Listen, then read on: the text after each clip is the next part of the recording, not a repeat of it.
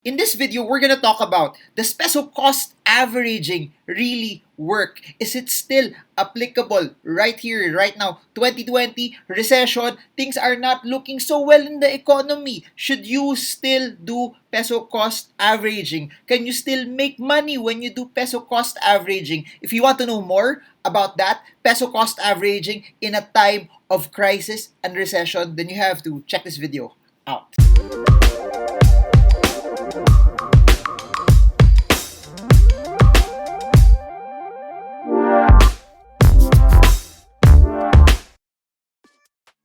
Hey guys, so we are back once again for another deep dive session. Today, we are gonna talk about peso cost averaging. I know it's something that has been talked about by a lot of people, and it's been so many books have been written about it, so many videos have been done, but we have a question sent by Tina Babelle from Cebu City, and that's what we're gonna address. So before I go through the entire topic of the video, this is the question that Tina Babelle sent me. Hi Mr. Germo, hello sir. This is Tina Babelle from Cebu City. I know you have talked a lot about investing and trading, but what about peso cost averaging, sir? Does it still work? What if I invest in it for the long term? Will I still make money? Say, sir, I invest in Ayala Corporation for 10 years. Will it work? Is it still a good approach? Thank you so much, Mr. Guiding Light, for all your amazing videos every day. Me and my husband are blessed by what you do. Keep it up, sir. Tina Babelle, Cebu City. Let me start it off with this. Full disclosure, I don't use peso cost averaging for my trades. I don't use peso cost averaging for my investments and everything else in between. But if you have been following me for quite some time, alam niyo naman style ko eh. It's never about me enforcing what I want or what I do to all of you. It's about us presenting different principles and strategies, and then your goal is to find out, ano ba talaga para sa akin? Am I supposed to be a person who's buying and holding? Am I supposed to be a person who's a quick trader, a position trader? Should I use dividend investing? Or in this case, are you a type of person that wants to focus on peso cost averaging? So before I start also, comment below, do you think peso cost averaging works? I'll give you 2 seconds. 1, 2. Because there's so much argument about it. There's one side that's extreme that says that it doesn't work at all. There's one side also, another extreme that says that it's the best way to go because you cannot market time. Ako, I'm in the middle. I really believe that there's merit to peso cost. I really believe also that there is merit also to timing the market. Now, dun sa mga hindi alam ko ano peso cost averaging, basically it's you putting a specific amount of money on a regular basis na nag-decide ka, sige maglalagay ako 1,000 pesos, 5,000 pesos, 10,000 pesos, bibiling ko tong stock na to. Regardless of what happens, bullish market, bearish market, good economy, bad economy, as long as alam ko yung fundamentals ng company na yon, okay, bibiling ko siya. That's what peso cost averaging will do. So Tina Babelle has 3 questions. Number 1, does peso cost averaging still work? Meaning, maglagay ako ng pera, specific amount of money on a regular basis, okay pa ba yun? Then her second question is, what if I invest in it for the long term? Will I still make money? Here's the thing also, no, peso cost averaging really is for investors. It's not really a tool for traders. So if you are coming into this and you're doing peso cost averaging and you want to sell quickly, you want to sell on a shorter time frame, and then you're not getting the results that you want, guess what? Because it's not really for trading. Peso cost averaging is basically for investors. Anyways, number 3, she's also asking, is it a good approach to invest in Ayala Corporation using peso cost averaging? Now, I just want to share a couple of principles also just to show you what peso cost averaging really is. Number 1, tingin ko ay yung merit ng peso cost averaging is tinatanggal niyang emotions eh. And if you've been following my videos over a long period of time already, I've been saying it. Yung tatalo sa inyo sa stock market, yung magbibigay sa inyo ng losses, it's not because hindi nyo alam yung technicals. It's not because dahil hindi nyo alam yung fundamentals. It's your emotions that will get the better of you. Meaning, pag bagsak yung market, and then sobrang mura na siya fundamentally speaking, you don't buy because your emotion of fear is tugging you. Or in the same way, pag bagsak yung market, you are a technical trader and then you see it already at the support and it's starting to bounce, pero bagsak siya, may sobrang daming fear. Even if the charts are telling you, minsan yung pumipigil sa atin, is the emotion of not doing anything at that particular point in time. And that's what peso cost averaging will do. It removes the emotion eh. Kasi bakit? Ano lang yun? Bagsak yung market. Plano ko maglagay ng 1,000 pesos, plano ko maglagay ng 5,000 pesos, plano ko maglagay ng 10,000 pesos. It doesn't matter. Lagay, pasok. That's the merit of peso cost. Walang emotion, walang, nakakatakot to. O baka bumagsak pa yung market lalo. You don't think about that anymore eh. And especially for people who do it for index funds, ETFs, tapos nakadiretso na, you start debiting it from your account, then it becomes relatively easier also for you. Now, ano pa merit ito in principle? For me, it allows you to become disciplined. The market, it's not just about being not emotional, it's also about being disciplined. Because if you don't have the discipline, think about it. If part of your parameters buying a stock, once the valuations tell you it's cheap already and you don't follow, di walang discipline doon. In the same way, when a stock hits the support and it bounces and it's a screaming buy already, but you don't do anything, di ganun din. Peso cost gives you the discipline that regardless of what happens, you're putting a specific amount. So if you think you're emotional and if you think you're not that disciplined, then peso cost averaging may be the way to go for you. Looking at the second camera, peso cost averaging may be the way to go for you. Looking at this, peso cost averaging may be the way to go for you. Ano pa merit ng peso cost? Kung tingin mo, malakas ka gumastos, mag-peso cost ka na. Kasi para sa akin yung kalaban ng Pilipino sa pag-ipon, kalaban ng Pilipino sa pag-invest, hindi yung iba-ibang investment classes eh. Kalaban ng Pilipino sa pag-invest, yung sale eh.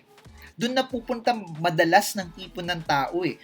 Yung napapaswipe, yung napapa-add to cart. Don't get me wrong, hindi masama mag-swipe ng credit card, hindi masama mag-add to cart. Pero kung wala ka nang naiipon, hindi mo na napupundaran yung pangarap mo dahil hindi ka na nakakapag-invest, dahil lahat nagagastos mo every time may sale, doon na may problema. And lastly, in terms of principle, if you don't have the millions yet, you don't have the lump sum, meaning wala ka pang buy and hold is amazing. Pag bumagsak na malaki, may malaki kang cash, boom, pasok. Support and resistance trading is amazing also. When a stock hits the support, boom, buy at the support. Pagka-bounce, sell at the resistance, you get that money there. It's amazing if your volume and your capital is big. But if you are starting smaller, 2,000 pesos, 4,000 pesos, 8,000 pesos, 10,000 pesos, 20,000 pesos that you get on a monthly basis, peso cost mo siya. So again, the merit of peso cost is, number 1, emotional ka. Number 2, hindi ka disciplined. Number 3, malakas ka gumastos. Number 4, your money is not that big yet. Then peso cost may be something that you may want to consider. So I believe based on these 4 items, may merit pa rin yung peso cost averaging. May silbi pa rin siya. Meron pa rin siyang target market that will be very, very helpful.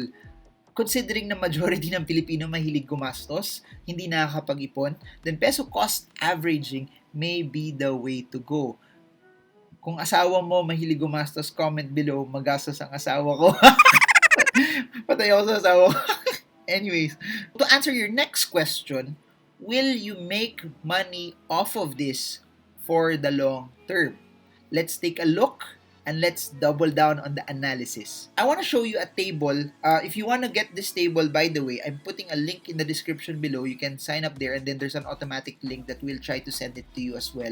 If you don't find the link in the description, comment, I want the Excel sheet. Anyways, so I want to show this to you. What I did basically was I extracted the stock of Ayala Corp over a 10-year period. I got the ending monthly price of Ayala Corp.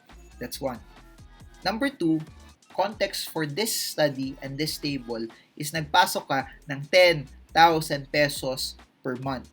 So again, you can place more, you can place lesser, but for this study, 10,000 pesos per month. Tapos, ini-invest mo siya every end of month. So, people are saying, bakit hindi pwedeng 15-30? Sa akin, to minimize your transactions, better na once na lang para at least you get to save also on having transacting it more given na monthly mo naman siya gagawin. So, part of that also, na maglalagay ka ng 10,000 regardless yung condition ng market. Tignan mo, isipin mo na March 2020, bagsak yung market. Regardless of the condition, regardless of the economic outlook, as long as the company that you're buying is still fundamentally sound, then tuloy-tuloy ka pa rin sa programa. Okay? Clear so far? Comment below if it's clear so far! Also, part of this study that I did is, this will be purely capital appreciation. Meaning, to simplify everything, let's not include dividends. I made already a video about dividends. What if you buy stocks on a regular basis and then you make money from the dividends? Meron na tayo doon, how to make passive income safely in the market. We have that. It's coming out here. But yon, ano pa? Part of this table, part of this computation, I disregarded the board lot. Yung 10,000 mo, may butal na mas mababa yung stock price, you will buy it at a lesser price, lesser than 10,000 pesos, pero para mabuo lang siya. In the same way, pag yung stock na bibilin mo, above 10,000 pesos, yung gastos natin, above 10,000 pesos also. Not exactly 10,000, but close to 10,000 pesos. So, kung may butal, add lot, pwede naman siya, pero I just want to show this also from a computation standpoint. So, basically, it's not exactly 10,000 pesos, but close to 10,000 pesos, either slightly lesser than 10,000 or slightly more. Lastly, also, before we begin the deep dive dun sa table, please remember, this is being filmed September 2020. Kakagaling lang natin sa isang malaking drop noong March 2020 at hindi pa tayo nakabalik dun sa malaking binagsak niya noong March 2020. We have not recovered yet from the drop, from the massive pull down. We have not even gone up from its highest highs. Meaning, if this video was done at the time the market was higher, then we could have gotten a more bullish and a higher increase in terms of capital appreciation. Now, let's look at the table. So, as you can see here, from the table, it starts from August 31, 2010, from August 31, 2010 up until August 31, 2020. Again, same context, naglalagay ka close to 10,000 pesos. And I'm not gonna go through each line like what I do in a lot of the videos. Masyado na siyang madami. By the way, hinimay-himay ko to para sa inyo. Hindi nyo na kailangan i-extract, or if gusto nyo talaga makuha yung file, I'll have it sent to you. Pero yung pinaka-raw file niyan, araw-araw, tinanggal ko na lang lahat ng mga ibang araw na hindi end of the month. To simplify it, stock price noong August 31, 2010 was around at the close 287.5. This rounding off, including odd lots, would have brought you around 35 shares of Ayala Corp. In the same way, September 30, 2010, stock price niya 340. So, expectation pag peso cost averaging, pag mas mataas yung presyo, mas konting shares mabibili mo. So, dito, nabili mo around 29 shares for the stock. And gagawin mo to paulit-ulit for the next from August 31, 2010 up until August 31, 2020. So, noong August 31, 2010, ano pa lang ako, teenager pa lang ako noon. Joke lang! Fast forward, August 28, 2020, the stock price of Ayala Corp was 733 pesos per share. You would have gotten 14 shares dun. Now, kung in-add natin this whole time frame, it allowed you to accumulate 2,005 shares of Ayala Corp. I repeat, it allowed you to accumulate 2,005 shares of Ayala Corp. Bukod dun, yung total pera na nalagay nyo was 1.19 million pesos. Here's the thing. That's why I was saying it already that from the get-go, okay siya. Kasi, biro mo, hindi mo napapansin, over a course of a decade, meron kang natabi na 1.19 million pesos na instead na ginastos mo, na wala na sigurong value ngayon, na hindi na siguro siya, wala na siyang silbi sa'yo, wala na siyang tulong sa'yo, i.e. sobrang dami mong binili na cellphone, na nagpalit ka, or laptop na nagpalit ka, tapos wala nang tulong sa'yo, wala nang ambag sa'yo, sayang siya. Wala na siyang madudulot, na wala na siyang anything that will add value to you. Instead of not making money, you suddenly have 1.19 million pesos. But wait, here's the thing. Yung 2005 shares mo, pag binenta mo siya at the last price that I showed you, August 28, 2020, yung total na pinagbebentahan mo would have been 1.47 million pesos.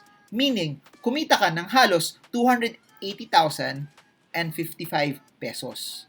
So, instead of just Please remember, instead of just having 1.19 million pesos, naging 1.47 million pesos siya, and in the same way, kumita ka pa ng 280,000 pesos. So para sa akin, it's not just about kung magkano yung kinita mo, it's about also gaano kalaki yung volume mo. And yun yung natulong ng peso cost.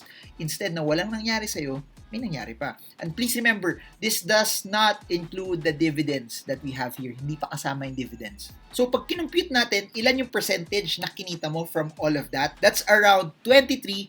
23.5% across 10 years, ikaw makakapagsagot nun.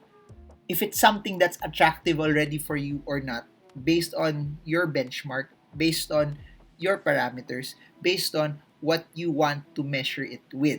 If you want to measure it with the index, tignan mo, same measurement time, gaano kalaki yung kinita ng index. Or if meron ka pang ibang measurement na, basta matalo ko yung time deposit, okay na rin sa akin yun. Please remember, mas mataas pa to pagkasama yung dividends. However, I just want to mention this. I'm a big fan for dividend investing. So, kung magpe-peso cost ka na lang, bilhin mo na yung stock na malaki yung dividends na binibigay niya.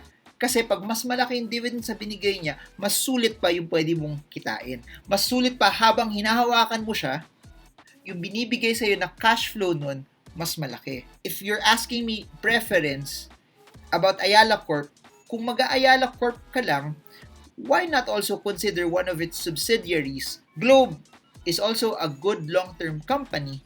However, the dividends that you will get is bigger. So, to answer your question, is peso cost averaging still effective? Yes, it is. It may not be for a lot of people. It may not be also for everyone. It may be for a specific people based on the criteria that I said a while ago. Kikita ka ba dito based on the numbers that I showed you? Oo. So, kailangan mo na lang sagutin kung acceptable siya sa'yo o hindi. If you are a person that likes to time the market, like me, if you're a person that's very sensitive with valuations, like me, then this might not be for you. But if you are a person that ayaw mo na aralin lahat yun, gusto mo na lang talaga mag-invest sa magagandang companies, then this is something that you could explore. So there, I hope madami kayo natutunan dito. I can do also a side-by-side comparison. Kung gusto nyo, ito gagawin natin.